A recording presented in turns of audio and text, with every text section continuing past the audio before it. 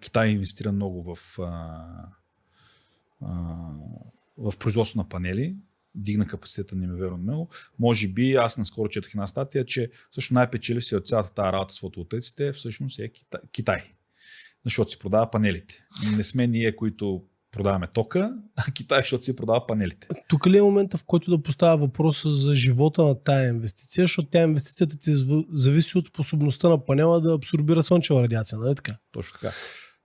Да, тук е въпроса, правим едно странично отклонение, за да продават китайците панели в Европа, трябва да ти гарантират 25, до 10-та година на 90%, до 25-та година на 85% от капацитета, който е по каталог. Да. Тоест, ако ти си купиш 500 ватов панел, че по-лесно се смята, това, което мога да получиш от него към...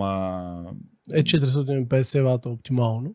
До 10-та година, нали, това ти го гарантират. Ти мога да получиш 500 и 425 до 25. Точно така, да. Това ти е гарантирано. Това е условие на Европейския съюз, което за да могат да продават панели в Европа, това е минимума. А ако няма такава способност за такъв обем за абсорбация, те са длъжни по гаранция да ти го сменят? Не. Гаранцията на панелите е 5 години. Това е гаранция за производителността, която те сертифицират за тази CE сертификация, ако не се лъжа, или нещо подобно, не съм много сигурен. Тоест, те правят лабораторни изпитания на на брой панели и казват, сега, нали, пак 25 годишни панели аз не съм виждал все още, но те ти казват, че хипотетично при нормални експлоатационни условия това трябва да ти гарантира 425 вата да може да извадиш от него на 25-та година.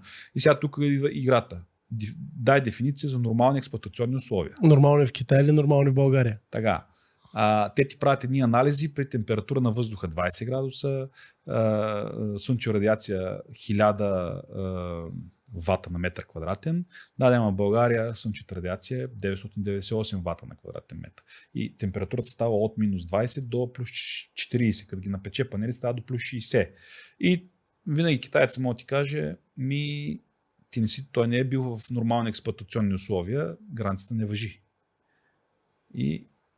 Или ние сме имали случай, пратете ни го тук да видим какво се случва. Ама ти ако изпратиш нещо от тук до Китай, нещата приключват там. Ти по-скоро трябва да...